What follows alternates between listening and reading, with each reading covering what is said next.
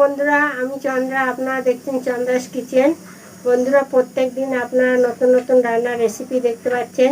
এরকমই আজকে একটা নিত্য নতুন রেসিপি নিয়ে এসেছি, সেটা হচ্ছে মোচার ঘন্ট। চলুন তাহলে দেখা যাক মোচার ঘন্ট তৈরি করতে কী কী উপকরণ লাগে। বন্ধুরা, আমি একটা মোচাকে কেটে সিদ্ধ করে নিয়েছি, আর নিয়েছি আলু।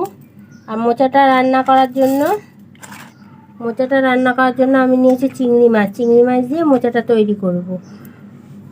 আর উপকরণগুলো লাগছে এখানে নুন, আদা বাটা, লঙ্কা, ধনে জিরে গুঁড়ো, হলুদ গুঁড়ো, চিনি।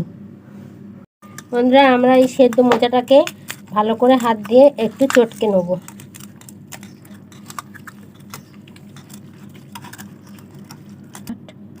মোচাটা আমি চটকে নিয়েছি ভালো করে। এবার আমি চিংড়ি মাছটা নুন হলুদ মাখিয়ে একটু ভেজে নেব। তেলের ওপরে আমি চিংড়ি মাছটা দিয়ে ভেজে নেব। বন্ধুরা, আমার চিংড়ি মাছ ভাজা হয়ে গেছে। এবার চিংড়ি মাছগুলোকে তুলে নেব।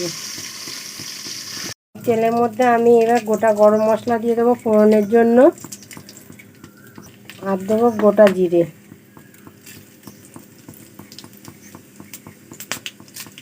এরপর আমি আলুগুলো দিয়ে ভেজে নেব।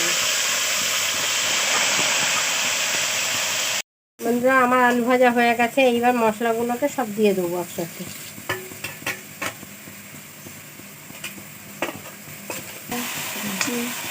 মশলা দেওয়া হয়ে গেছে। এবার এর মধ্যে আমি চিংড়ি মাছগুলো দিয়ে দেবো।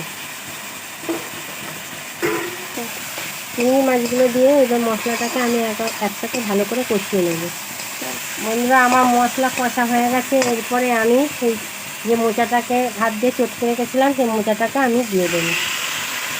এবার মোচাটা আমি দিয়ে দিয়েছি। এবার মোচাটা দিয়ে একটুখানি ভালো করে কষিয়ে নেবো, নিয়ে তারপরে সামান্য জল দেবো।